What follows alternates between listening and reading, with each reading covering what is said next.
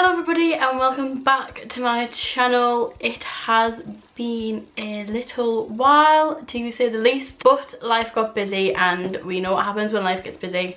So yeah, sorry about that, but hopefully I am back for the long run now. I feel like I say this every time I take a break and then come back and then it just doesn't end up happening, but I have planned videos out this time and I've given myself like a decent time frame to actually try and like film and edit videos, so hopefully that works out. Today I am back with another conspiracy theory video because I thought what is better than jumping straight back into the thing that I love with the thing that I love even more.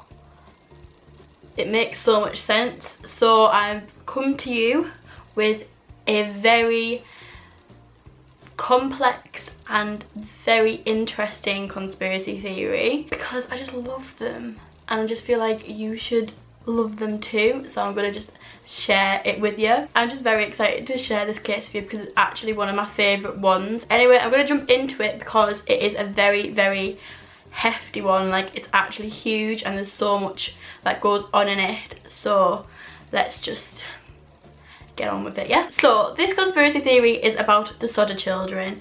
Now this is a huge case, so again many of you have probably already heard about it or have already watched videos on it because it is absolutely massive and big YouTubers have probably done videos on it, although I haven't seen anybody do a video on it apart from BuzzFeed Unsolved, but I'll have a little gander around and see whether I can find any other videos on it and I'll leave them down below. But this is my conspiracy theory video and I'm going to just give you information that I found interesting and relevant and give you my opinion and all that sort of stuff. So I'm just going to shut up and actually give you the information now. The Sodder family is a family of 12 people. So this is a huge family. And there is George and Jenny Sodder, who are the parents to 10 children. So I'm going to tell you the children's names from oldest to youngest.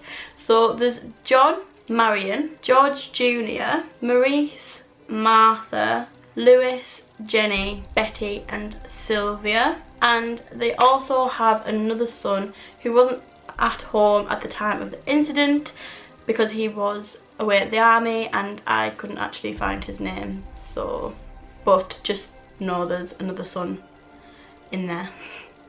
So I'm going to give you a little bit of background about George Sodder before I get into the actual case, just because it's kind of relevant.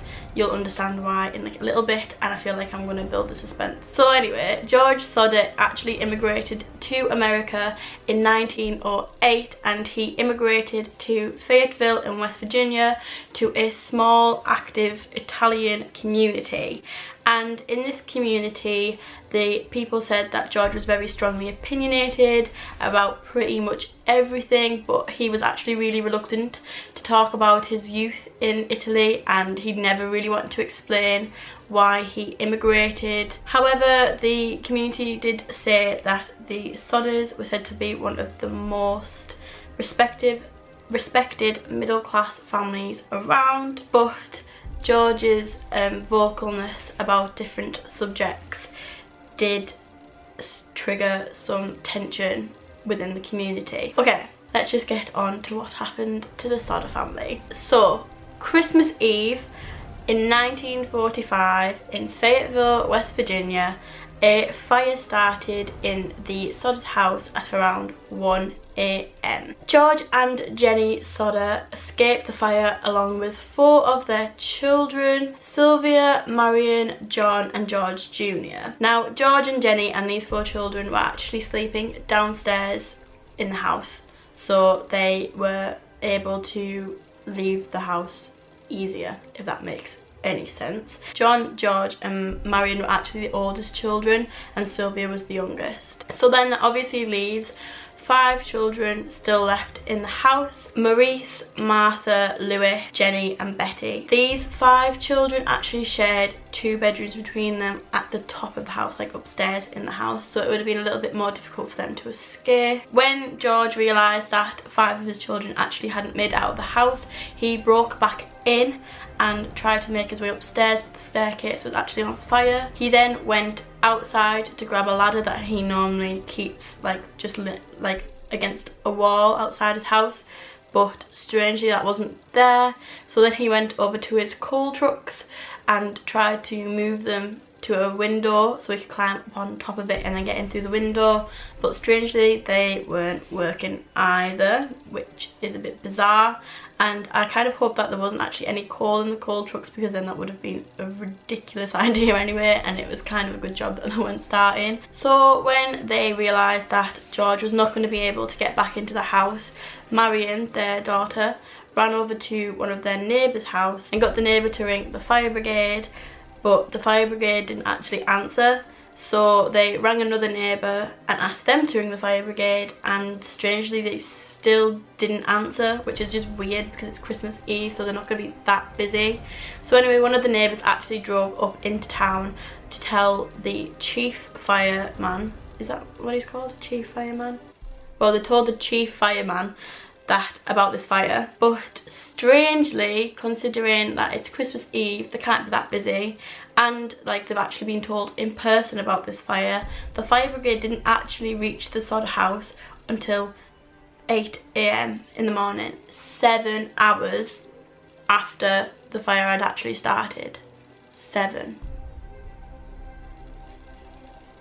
What were these firemen doing? Like, what on earth? Like, that just blows my mind.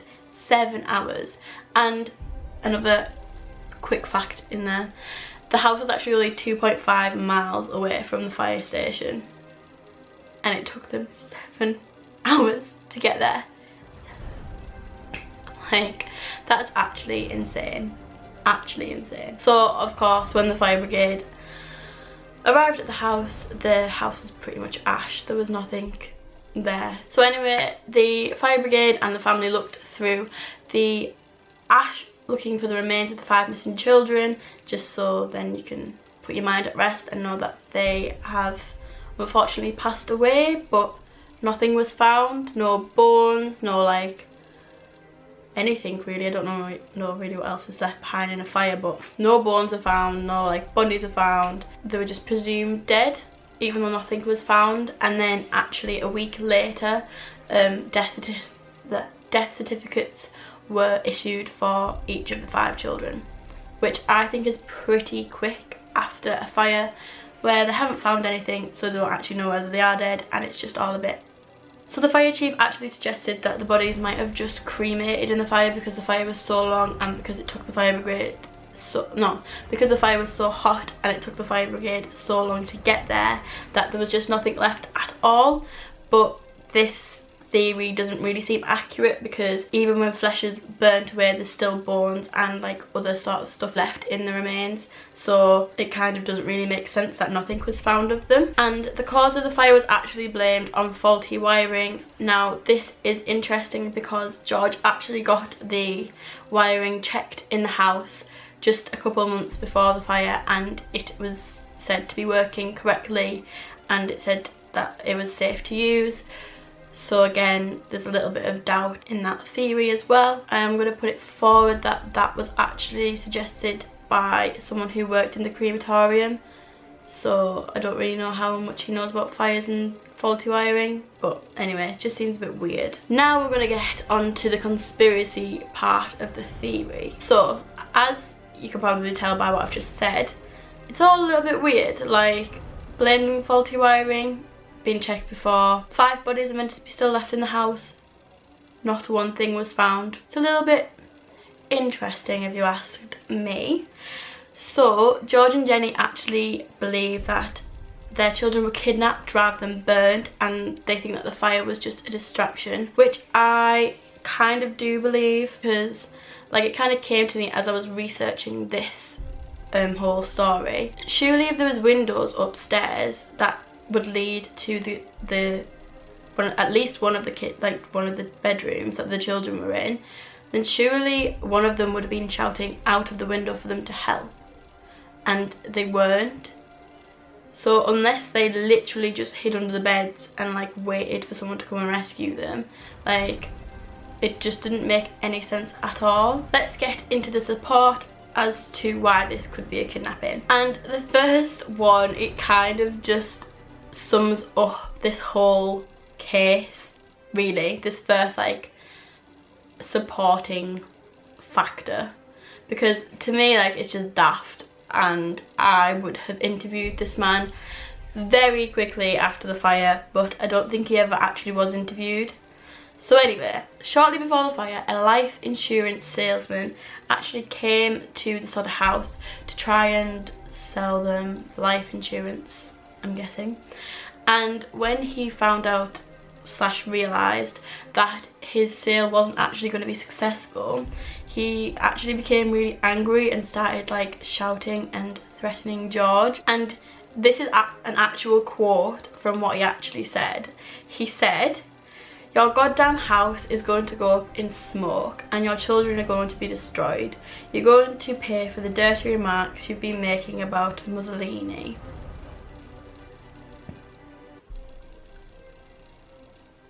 Like, he's literally just described the whole event.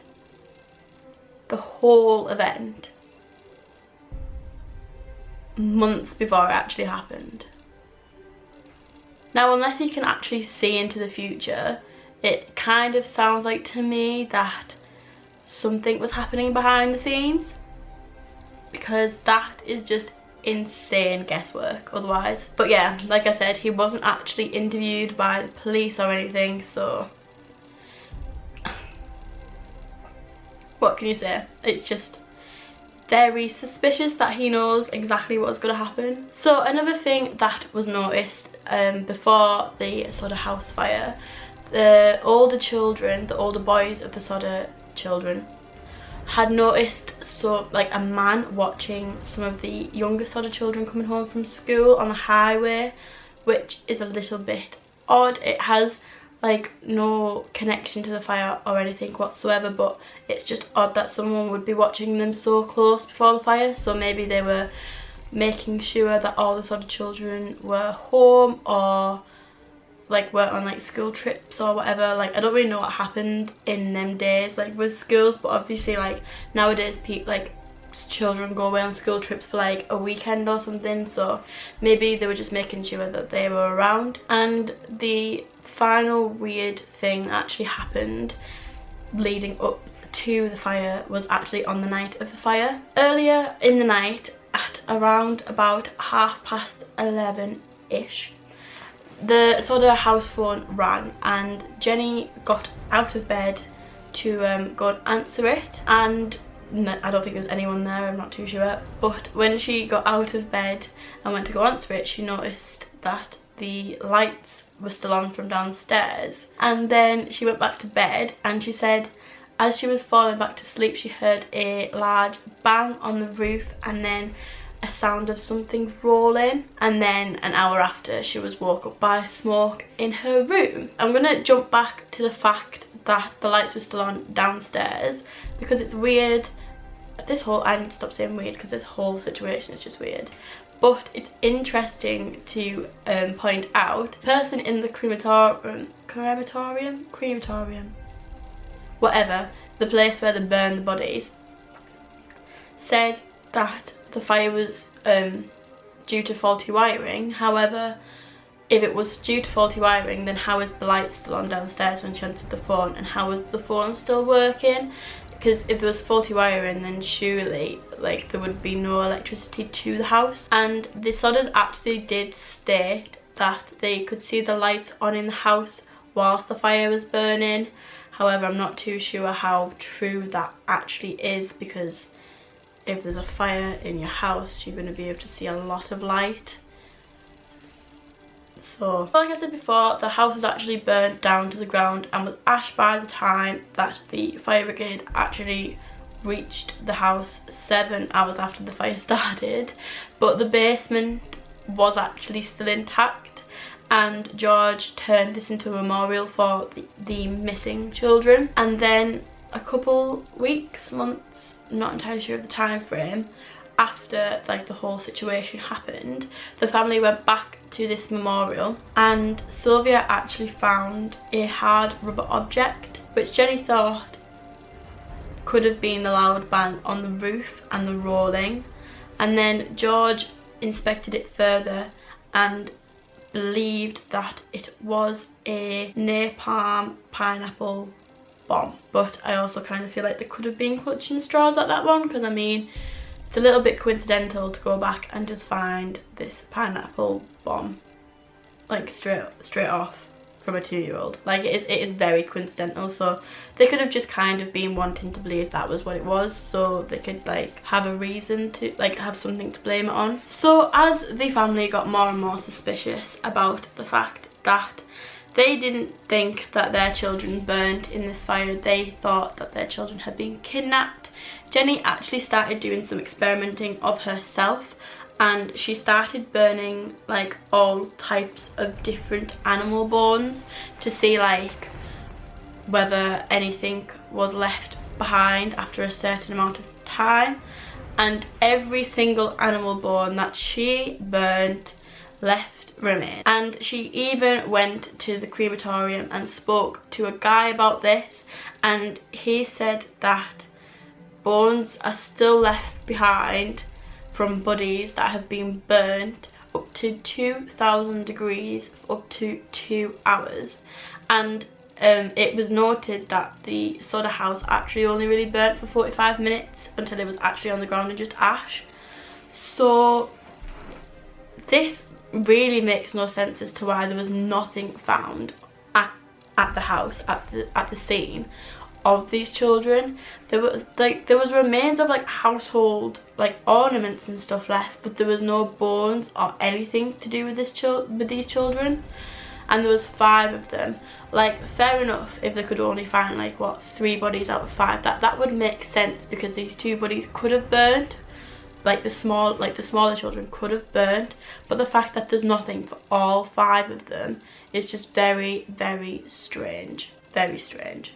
So now we're going to get on to some reported sightings of the children to further back this kidnapping case, this whole like theory about them being kidnapped.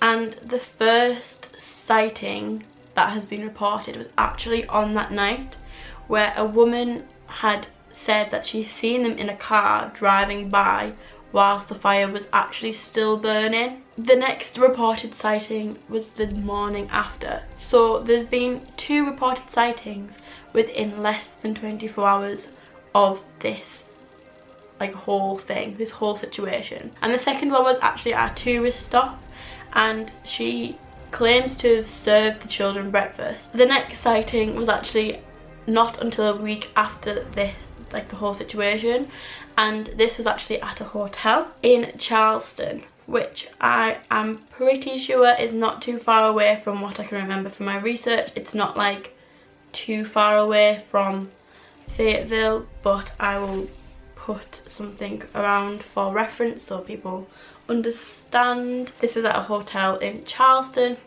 and this woman reported seeing 4 out of the 5 children, and she said that the children were accompanied with 2 men and 2 women, all of Italian extraction. So George Sodder definitely pissed off someone in the Italian community so much that they wanted to kidnap 5 of their children and set fire to the house. The search for the Sodder children went on for a very long time, and 2 years after the fire, George and Jenny actually attempted to hire the FBI and get the FBI involved.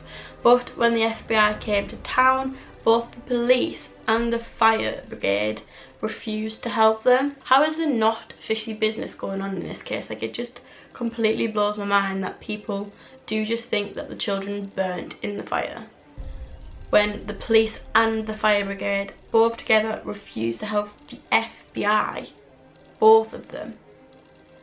So anyway, that was a dead end because no one would help the FBI. So George and Jenny turned to a private investigator called C.C. Tinsley, and C.C. Tinsley actually did find a little bit out. He actually found out that the coroner who blamed the fire on the faulty wiring was actually the same life insurance person who came and started threatening the house, like threatening George, and he still hasn't been interviewed by the police. So after CC Tinsley couldn't really find anything else out, the government had a meeting in one of their fancy buildings and actually closed the case, because I feel like they were thinking it was getting a bit insane now. George and Jenny actually set up a billboard advertising their missing children, and this actually stayed up and like active for 40 years after the fire. Unfortunately, it didn't come to anything because none of the children have been found. There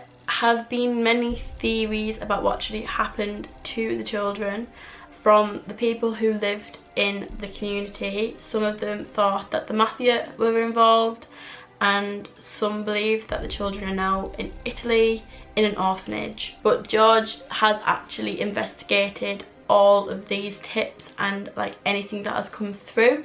One of the biggest tips that actually did come through was 23 years later, when a picture had been sent to Jenny of a boy who the family kind of believed, or did believe, that could have been their son Lewis, who was 9 at the time. They had very similar facial features, so they had the same nose, the same hair, and like the same sort of like upward tilt in one of their eyebrows. And on the back there was a note. I can't remember what the note said.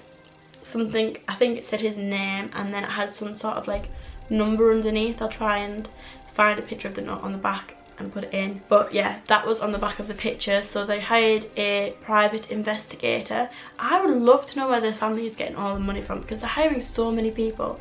But anyway, they hired a private investigator to go and find him, but strangely the private investigator was never heard from again. So some people think that he just kind of took the money and ran, and others just believe that something really bad happened to him, but no one actually tried to find him, so they can't have actually been that bothered. Unfortunately, George Sodder passed away in 1969, and then Jenny followed in 1989. And the children still haven't been found, or there haven't been like any tips or anything. So unfortunately them two passed away without knowing what actually happened to their children. Sylvia, who was 2 at the time, is actually still alive, and she also has children who are helping her to keep this whole story alive and hoping to find some closure for her parents. But that is everything. That is what's happened to the Sodder family. In my opinion, something fishy definitely went on between the fire brigade and the police department, and probably someone within this Italian community that they were in. George probably did piss off someone very, very badly, and they took it to an extreme, because none of this actually makes any sense for them children to still be in that house. Like, why? Like, the fact that there's no remains, the fact that the children weren't screaming for help during the time of the fire, the fact that the ladder was missing, and that both of his trucks weren't working. It all just leads to suspicious actions, I personally think. And the fact that this life insurance salesman came and basically just reeled off what exactly happened to the Sodder family, and then was the same person to just blame it on faulty wiring out of nowhere. But that's it. That's the whole case. Like I said, there's a lot of information in there, and there's a lot of suspicious circumstances that have happened, unfortunately, to the Sodder family. If you have enjoyed this video and you have enjoyed hearing about the Sodder children, then please make sure to give this video a thumbs up. And if you're new here and this is the first time that you're seeing my face, then please make sure to go and hit the subscribe button down below. I'd absolutely love it if you did that and came back. Thank you so much for watching, and hopefully I'll see you in my next one. Bye!